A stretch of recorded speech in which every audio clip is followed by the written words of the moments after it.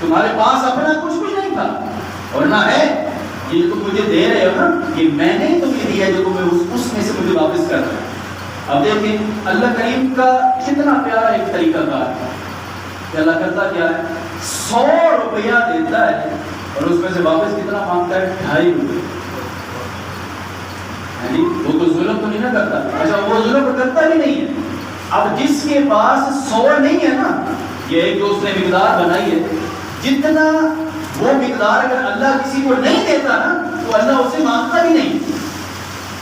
اب دیکھیں نا، زکوٰۃ ہر بندے پر تو نہیں فرض ہوتی نا، زکوٰۃ اس بندے پر فرض ہے جس کو اللہ پاک نے کوئی اتنا ٹوکرا بھر کے دے دیا ہے۔ وہ جو ٹوکرا بھر کے دے دیتا ہے نا، اسے تو کوئی ٹینشن نہیں نا اس کے دریا میں کون سی کمی آ جائے، اس کے سمندروں میں کون سی کمی آ جائے، وہ تو صرف چیک کرنے کے لیے دیتا ہے۔ جیسے اللہ تعالیٰ قرآن پاک میں شاہ فرماتا ہے نا کہ میں اگر تمہیں دیتا ہوں تو بھی آزمانے کے لیے دیتا ہوں، اور اگر تم سے واپس لے لیتا ہوں تو بھی تمہیں آزمانے کے لیے واپس لیتا ہوں۔ تو اللہ کے خزانوں میں کمی کوئی نہیں ہوتی، وہ صرف دے دیتا ہے، اور دے کے جب وہ واپس لیتا ہے اس کا مطلب یہ نہیں کہ اس کو ضرورت ہوتی ہے اس لیے وہ واپس دے رہا ہوتا ہے، بلکہ وہ چیک کر رہا ہوتا ہے کہ لینے کی باری تو اس نے بڑی لے لیا جلدی سے فوراً سے، اب جب میں اسے واپس لوں گا تو مجھے واپس بھی دیتا ہے نہیں دیتا، اس نے یہ چیک کرنا۔ جیسے میں ایک جگہ پہ آپ کو ہی خطاب کرتے ہوئے کہہ رہا تھا کہ وہ چیک کرتا ہے بندے کو۔ حضرت ابراہیم علیہ السلام سے اللہ پاک نے جو آخری بڑا کام کروایا وہ کیا تھا، ان کے ہاتھ سے اپنا گھر تعمیر کروا دیا۔ اب ابراہیم علیہ السلام کے ہاتھ سے جو اللہ نے اپنا گھر تعمیر کروایا ہے، یہ تو تھوڑی سی بات ہے، کتنی بڑی بات ہے، لیکن اس سے پہلے اس نے ابراہیم علیہ السلام کو پرکھا کتنا زیادہ ہے۔ تو اسی طرح محترم سامعین، جب اللہ رب العزت آپ کو دیتا ہے، ہمیں عطا کرتا ہے، تو پھر وہ بعد میں پرکھتا ہے کہ لے کر سے لیا ہے، اب مجھے واپس بھی دیتا ہے کہ نہیں دیتا، اور اس نے یہ چیک کرنا ہوگا۔ اللہ کو کوئی ضرورت کوئی نہیں ہوتی کہ اب اللہ ہم سے پیسے واپس دے رہا ہے، جو اللہ تعالیٰ حدیث مبارکہ میں قرآن پاک میں بھی بار بار کہتا ہے کہ اللہ کے راستے میں دو، اللہ کے راستے میں دو، اللہ کو پیسے دو۔ من انصاری الی اللہ، کون اللہ کی مدد کرے گا؟ اللہ کو مدد کی کیا ضرورت، اللہ کو پیسوں کی کیا ضرورت ہے؟ اللہ تعالیٰ نے صرف تمہیں چیک کرنا ہے کہ کھا تو لیتے ہو نا، بغیر بسم اللہ پڑھے بھی کھائی تو جا رہے ہو، اب اللہ کے راستے میں جب دینے کی باری آتی ہے تو پھر دو گے کہ پھر وہ خارج کرنے لگ جاؤ، یعنی اس طرح اللہ تعالیٰ نے ارشاد فرمایا قرآن پاک میں، جب آدم علیہ السلام کو بلانے لگا تو وہاں پر اللہ نے بڑا پیارا جملہ بولا کہ میں اس دنیا میں انی جاعل فی الارض خلیفہ، کہ اے فرشتوں میں اس جہان کے اندر جو میں زمین بنائی ہے نا وہاں پر میں اپنا خلیفہ بھیجنے لگا ہوں۔ اب اس خلیفہ کے لفظ کے اوپر غور کریں، خلیفہ کون ہوتا ہے؟ خلیفہ اصل نہیں ہوتا۔ آپ اسکول کالج میں ماشاءاللہ پڑھے ہوں گے سارے، جب استاد کلاس میں نہیں ہوتا نا تو اس کی جگہ پہ کون ہوتا ہے؟ مانیٹر ہوتا ہے، اور اسی کا ترجمہ آدمی کے خلیفہ کرتے ہیں۔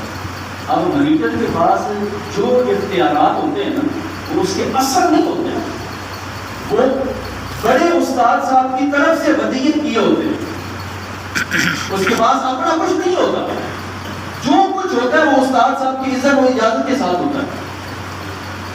اسی طرح اللہ کے ارشاد فرما رہا ہے کہ میں تمہیں بادشاہ بنا کے نہیں بھیج رہا یہاں پہ انسان کو، میں نے تمہیں بادشاہ بنا کے نہیں بھیجا۔ اللہ کی اگر بادشاہ کی بات کی جائے تو ہمارا اسلام یہاں پہ کیا کہتا ہے کہ سید القوم خادم، کہ قوم کا جو بادشاہ ہوتا ہے وہ قوم کا خادم ہوتا ہے۔ تو اللہ فرما رہا ہے میں تمہیں بادشاہ بنا کے نہیں بھیج رہا، میں تمہیں اپنا خلیفہ بنا کے بھیج رہا ہوں۔ تو یہ بات ذہن میں رکھنا کہ خلیفہ کے پاس اپنا کچھ بھی نہیں ہوتا، خلیفہ کے پاس اپنا کچھ بھی نہیں ہوتا، اس کے پاس جو کچھ ہوتا ہے وہ بڑے بادشاہ کا دیا ہوا ہوتا ہے۔ تو ہمارا بادشاہ کون ہے؟ اللہ۔ ہمارا بادشاہ کون ہے؟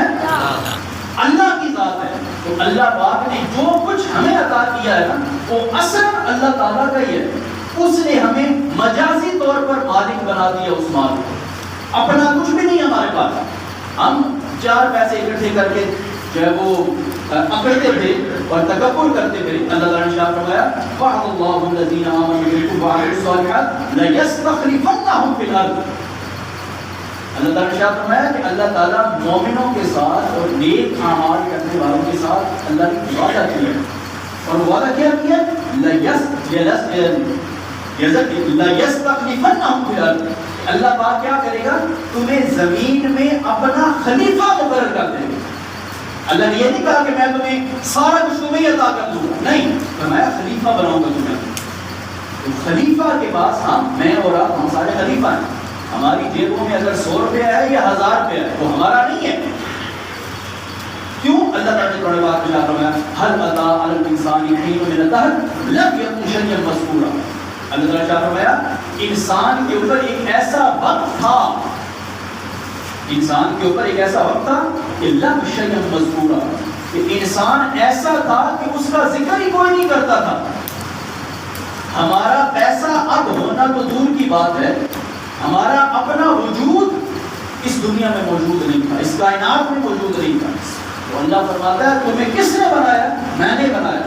جب تمہارا وجود پورے کا پورا اللہ کا مرہون ملت ہے تو پھر تمہارا پیسہ تمہارا اپنا کیسے ہوگا؟ اس جگہ پر میں کہہ رہا تھا نا کہ یہ منہ میں پانی آ جاتا ہے یہ اللہ تعالیٰ کی بڑی نعمت ہے، یہ جب آنکھ جھپکتے ہیں یہ اللہ تعالیٰ کی بڑی نعمت ہے۔ کئی بندوں کو بیماری ہو جاتی ہے، ان کی آنکھ بند نہیں ہوتی، ان کی آنکھ کے پٹے کمزور ہو جاتے ہیں، یہ سارا کچھ اللہ تعالیٰ نے دیا ہوا۔ یہ جو ہمارا دل دھڑک رہا ہے، ہماری سانسیں چل رہی ہیں، ہمارا نظام سارا کام کر رہا ہے، یہ اللہ تعالیٰ کا دیا ہوا۔ اگر اللہ تعالیٰ اس کو روک لے تو ہم کیا کر سکتے ہیں؟ کوئی ڈاکٹر بھی کب تک ہی کچھ کر سکتا ہے جب تک اللہ کی مرضی ہو۔ پیر میرے شاہ صاحب کے حوالے سے ایک روایت بیان کی جاتی ہے، بڑی پیاری، اور ہمارا بڑا عقیدہ ظاہر ہوتا ہے اس سے۔ ایک کوئی سید زادے تھے، اب پیر میرے شاہ صاحب خود سید ہے، اور ان کے پاس ایک سید زادے ہے، ان کو خالد ہے۔ اب آپ ایک عرصہ تمہیں بہن کے اندر یہ روایت سنیے، آپ ایک عرصہ پیر صاحب کے پاس آئے اور پیر صاحب سے دم کرواتے ہیں، ایک عرصہ دم کرواتے ہیں، خالد ہے۔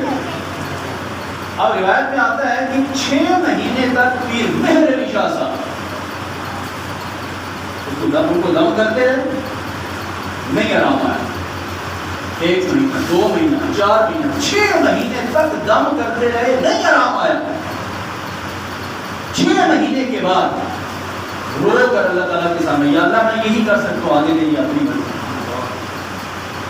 اس دن اللہ کی طرف سے اذن مل گئی۔ اب پھر میرے شاہ صاحب ان کے پاس آئے اور فرمایا کہ ابھی کھڑے ہو جاؤ، سیدھے ہو جاؤ، کھڑے ہو جاؤ۔ مجھے تو خارج ہے، میں نہیں کھڑا ہو سکتا، میں تو کہہ رہا ہوں کھڑے ہو جاؤ۔ تو آپ کھڑے ہو گئے، اللہ پاک نے بیماری کو رفع کر دیا۔ اب یہ کون ہے؟ پیر میرے شاہ صاحب شاہ فرمایا کہ یہ معاملہ میرے ساتھ ہوا تھا۔ تو وہ فرماتے ہیں جناب 6 مہینے سے آپ مجھے دم کر رہے ہیں، آرام کوئی نہیں آیا۔ فرمایا میں اللہ سے دعائیں کر سکتا تھا، میں اور کچھ نہیں کر سکتا، اللہ کے سامنے سجدے کیے، رو سکتا ہوں، دعائیں کر سکتا ہوں، اللہ کی مرضی جب تک نہیں ہوگی وہ کسی کی بھی دعا مستجاب نہیں کرتا۔ تو یہاں پہ رک کے ویسے ہمارے عقیدے کے اوپر ایک بڑی ڈاٹی بات ہے، ہم کہتے ہیں کہ پیر صاحب کی دعا اگر قبول نہیں ہوئی نا تو پیر صاحب فیل، استاد کی دعا قبول نہیں ہوئی ہے، کوئی نہیں پہنچا، بزرگ نہیں ہے، ایسا ہی نہیں ہے مطلب۔ تو یاد رکھیں محترم سامعین، دعائیں قبول اللہ رب العزت نے اپنی مرضی سے کرنی ہوتی ہے، وہ چاہے عام بندے کی ہو یا ولی اللہ کی، اس نے اپنی مرضی سے دعائیں قبول کرنی ہے، اس کی مرضی کے بغیر پتا بھی نہیں ہل سکتا، پتا بھی نہیں ہل سکتا۔ تو لیکن یہ روایت اس منبر پر بیٹھ کر میں جو آپ کے سامنے بیان کر رہا ہوں، آپ کو سمجھ جانا چاہیے کہ عقیدہ کتنا باریک ہوتا ہے اور ہمارا عقیدہ کتنا درست ہونا چاہیے۔ یہ نہیں کہ آپ نے کسی سے بزرگ سے جا کے دعا کروا دی اور دعا قبول نہیں ہوئی تو آپ کہیں گے یہ تو پیر صاحب ویلے ہیں، فارغ ہیں، میں بھی اور پیر بنا لیتا ہوں، ان کی تو دعائیں قبول نہیں ہوتی۔ تو یہ چیزیں ہمارے عقیدے کی منافی ہیں۔